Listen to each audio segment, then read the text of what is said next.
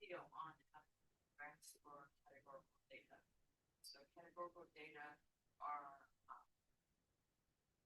words, and so we look at that. Graph. Categorical can also be thought of as qualitative. Most statisticians these days are using categorical. This setup has a lot of things in it because I need to clean the data or wrangle the data. If you want to know more about wrangling data, there's a video on that. Right now, I'm just going to run this one so that it will wrangle my data the way I want it to be. I noticed that I've got some headings over here, so I can just jump to it.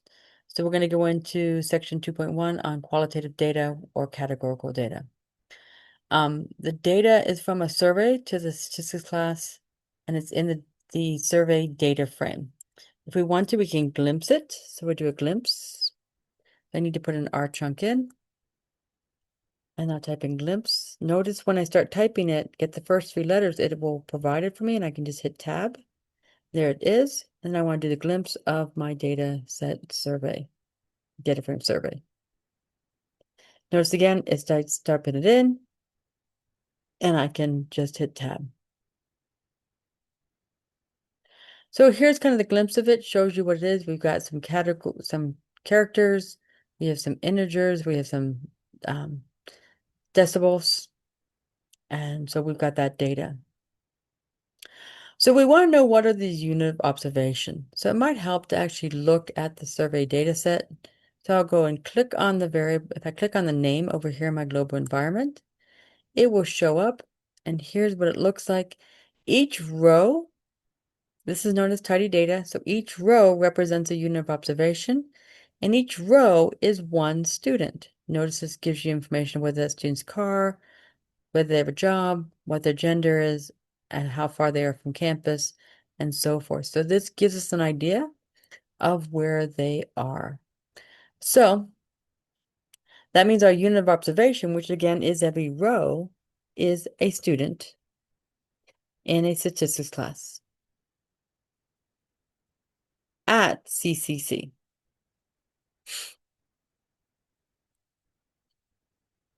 Then we want to know what the categorical variables are. So the categorical variables are the ones that are characters. Timestamp really isn't important. This is just when the student took the survey, so I don't really know if I care about timestamp, so I'm going to ignore that one. But the car is a character, job is a character, gender is, distance is not, so that one's not categorical.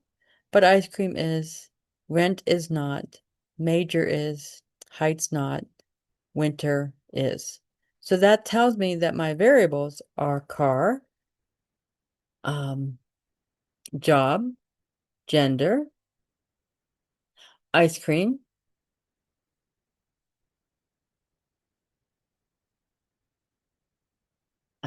then if you come over here into your global environment, I already had it open, but if you look in here, you can click on that arrow and it'll show you all the things that are in here.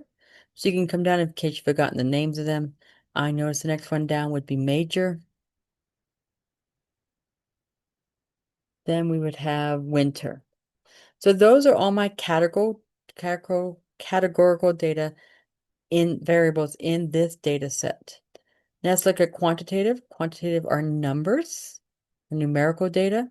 So looking at this, we have distance, which is a decibel.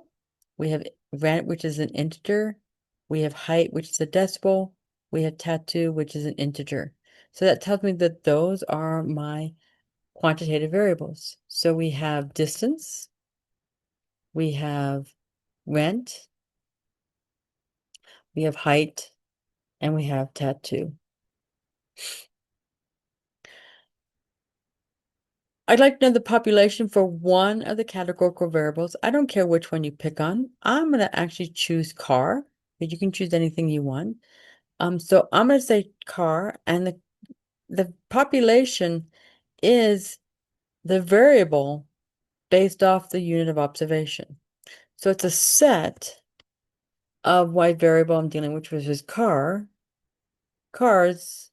of all students in statistics classes at CCC.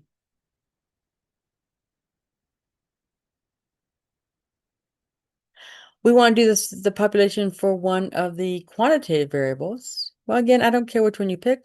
I'm going to use distance, but you can use any of the ones you want. So set of distances of for all students in statistics classes at CCC. By the way, if you might have noticed that when I type something wrong, it kind of underlines it. So it is doing a spell check for you. There also is a spell check button up here that you can click on. We want to know what is a sample for one of the quantitative variables. So the sample is just a smaller set of the population. If I come back over here, I notice I have 45 observations. So that means my sample has 45 of whatever units of observations I have. So if I'm again using my set of cars, instead of being the set of cars for all of the students, I can actually copy that, paste that in there. Instead of being the set of cars for all students, it's the set of cars for just 45 students. So remember, the sample is just a smaller set of this giant population. What type of sample this is? Well, there's random samples, there's stratified samples, there's systematic samples, there's cluster samples, there's censuses, there's convenience samples. Well, this probably wasn't a random sample because I just asked my students to fill it out. It just was my students only. It wasn't stratified because I didn't actually break it down. It wasn't a cluster sample, though it could be thought of that because it's all the students in my class. So you might be able to think it's a cluster sample, or you can think of it as a convenience. Certainly not a census because it's not everybody, but I would probably go with it's a convenience sample.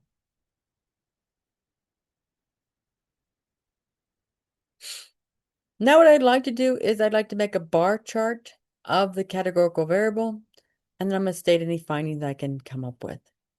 So the first thing I do is I'm going to put in a return. You can put in as many returns as you want. R ignores them when it goes to knit it, but it does give me an idea of, it gives me readability. So I like to put them in just so I can read it easier. So now I'm going to go over here, put in my R chunk. In the mosaic package that we are using for graphing, they always start with GF for our graphs. So GF and then underscore, it stands for graph function. Notice there's a whole bunch of different ones we can pick from. In fact, just keeps going.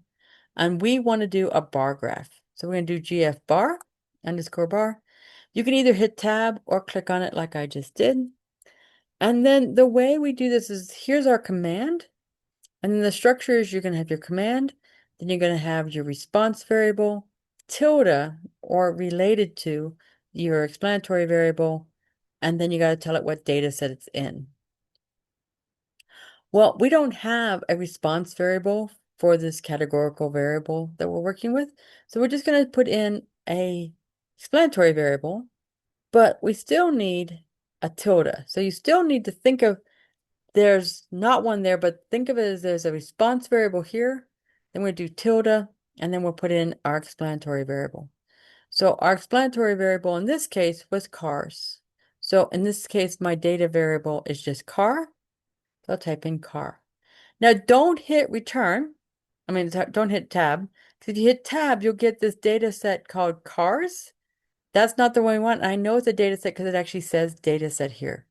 I want my variable car inside my data set. So I'm just going to type car, don't hit tab, put a comma in there to separate for the next part of the command. The next part of the command, I need to tell it what data set I'm going to use. Right now over here, I only have one data frame in my environment, but you can have many in there, and you need to let R know which one you want to use. And there actually are some in there, you just don't know it because there are packages that we put in here that could have some in there. So we need to tell it where it is, and then what you do is you type in data. Notice I just typed in data. I'll do that again. And it started filling it in, and then I just hit tab and it'll type it in for me the rest of the way. And then I'm going to tell it it's the survey data set. And again, start typing it. It actually tells me it's in my global environment, so I can hit tab, so it puts it there. And then I just go ahead and run this R chunk. And here's my graph. Now, looking at this graph, I see a couple problems with it. One is I would love to see a title. I also notice car isn't very descriptive, and count may not be very descriptive. So what I'm going to do is I'm going to put a title on it. So I start typing title. Notice it starts filling it in. I can just hit tab. And I might put things like cars owned by CCC statistics students. You want to make a title that makes sense to your reader, something that tells your reader what's in the graph. So make sure your title is something that's very descriptive for your reader, not for you. Notice I didn't say bar chart because it is a bar chart. I can see that by looking at the graph. I want to tell it what this data represents. Also notice I put it in quotes because you need to put it in quotes because it will then quote what you just put in there. Then you're going to go outside that quote and put another comma. I'd like to have a better label on my x-axis. So that's an X label. And so it's X lab. And actually start right typing that. It's actually X lab. So just type X lab. Again, you can hit tab and I'll type it in there for you. And I might put in type of car. Because that really is what car represents, is the type of car that's owned. Outside the quote, put another comma. And I might want to change my Y lab. That Y label is Y lab. And I might put in the number of students. And then I'm going to go ahead and graph this and see what I get. So now I can see I've got my title on here. I have my axes labeled much better. I might want to have some color.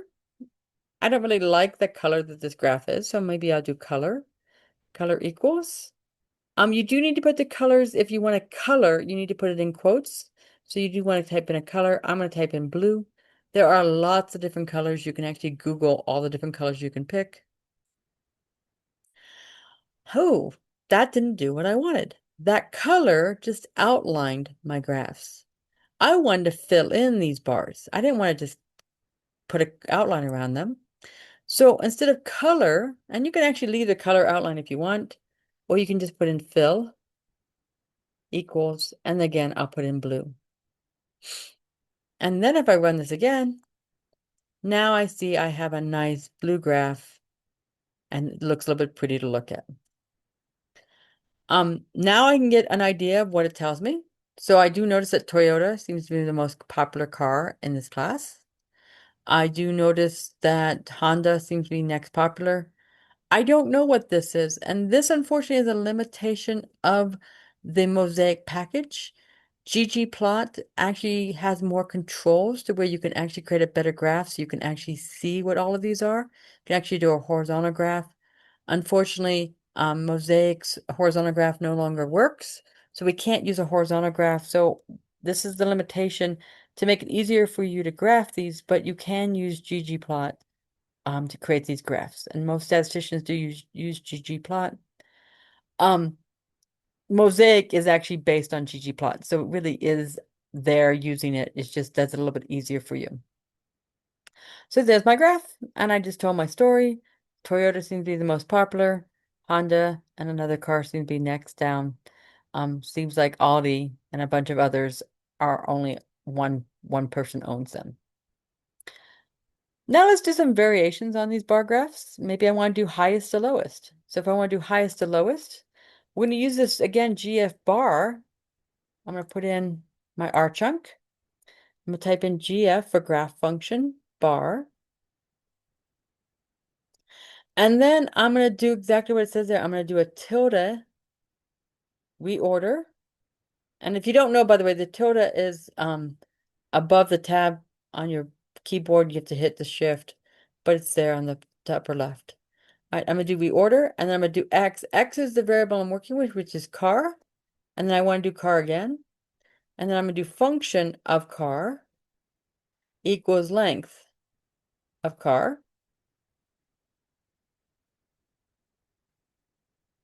And then I'm going to do data equals survey. Again, I got to tell it where the data is. I want to also have my title on here. So I'm going to come back up here. I'm going to grab my title. I'm going to grab my color. I'm going to grab all of this. information and paste it down there. I just didn't want to type it again. This is the nice thing about R is that you can just go do that. You don't have to retype, but you can just copy. Oops, I did something wrong. So unfortunately, these are not the most easy things sometimes. So let's see what I did wrong. Oh, I have an equal sign there. That's why I want a dash. Okay, there we go. Okay, so you can see there was something, and it actually told me there was an equal sign, so maybe go look for the equal sign and then compare to see what's going on. Now I can see Toyota's most popular, then Honda, then whatever this one is, and then it kind of drops off. Porsche is way over here. So this is a nice thing. This is known sometimes as Pietograph. These are useful for especially businesses that like to see the most popular and go from there. We can also do something called faceting. Faceting is where we can actually separate my graph based off of some categorical variable. So I might want to do that here and then see how that works. So again, I'm going to do my R. I'm going to do a GF again bar. And again, I'm pretty much going to do everything I have here. So I'm going to go ahead up to my first one and copy all this because I pretty much want to do everything I had here. I'm going to copy it. I love this because you can just copy and paste. So I'm going to paste this back in. So again, I'm using car. There's many different ways to facet. The one I'm going to show you first is where I can just put a vertical line, and the vertical line is the key above the enter key. I'll put a vertical line and I'll pick another variable, another categorical variable. So make sure you're picking one of your categorical ones and not one of your numerical ones. And maybe I'll pick job.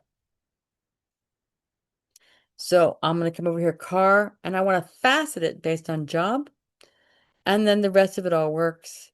And we'll see what happens.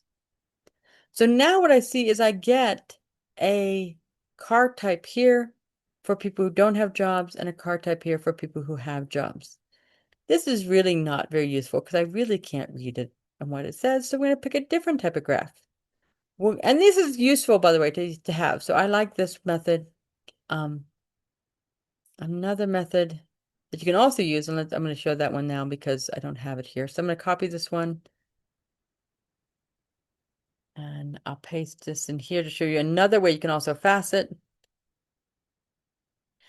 Oops. Sorry, I forgot to put the R chunk in. So let me do my R chunk. Let me insert my R chunk. And I'll paste that in. I accidentally grabbed two R's, so take that one R out. And now instead of putting that vertical line and that separation, instead, and I'm going to get rid of this color because I don't really want that color there anymore. Instead of using fill based on a color, I'm going to do fill based off of my variable of job. And then, oh, I guess this is the next one I was going to do. This is what's known as a stacked graph. So this is actually my stacked graphs. So the stacked graph, you can now see that it kind of puts it on top of it. You can see people who don't have jobs, people who have jobs, and so forth. So you can see that information. Another graph you can also do is what is known as a side-by-side. Same idea. We're going to put in our R chunk.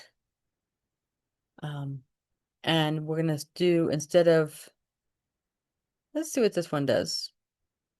Get rid of these colors here. And, oh, I do want to do the fill. So I do want to do the fill one here. So I'll do fill equals, and again, the spaces here are just to make it more readable so you can see things a little bit better. So fill is my categorical variable of car. And then I'm going to do a position equals position dodge.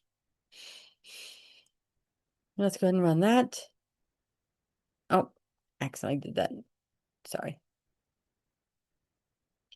And now I can see it gets a better separation. And what's nice about this is it actually puts a key over here, a legend over here, so I can actually see what colors what and what's doing and going on. So I can now see some more information with that and see what's happening with my cars. So this just kind of separates it out. Um, and you can see a little bit more of what's happening. The last thing I want to mention is that we can do counting. We can actually ask it to count. So I'm going to again put an R chunk in. And I may want to count how many people actually, let's say, like winter. So again, I'm going to do this is actually known as tally because I'm tallying things up. And again, same command. You put in something, you then put in your response variable, but there isn't one here. So think of it as you have a response variable there. And then you're going to type in your tilde again, and then type in your explanatory variable. In this case, I want to do winter, and data equals my survey. Then go ahead and run that. And now I can see there are 4 people who don't like winter, 1 who hates it, 19 who like it, 18 who love it, and 3 who have no opinion. So it's a nice way to kind of tally things up. I can also add in a margin equals true.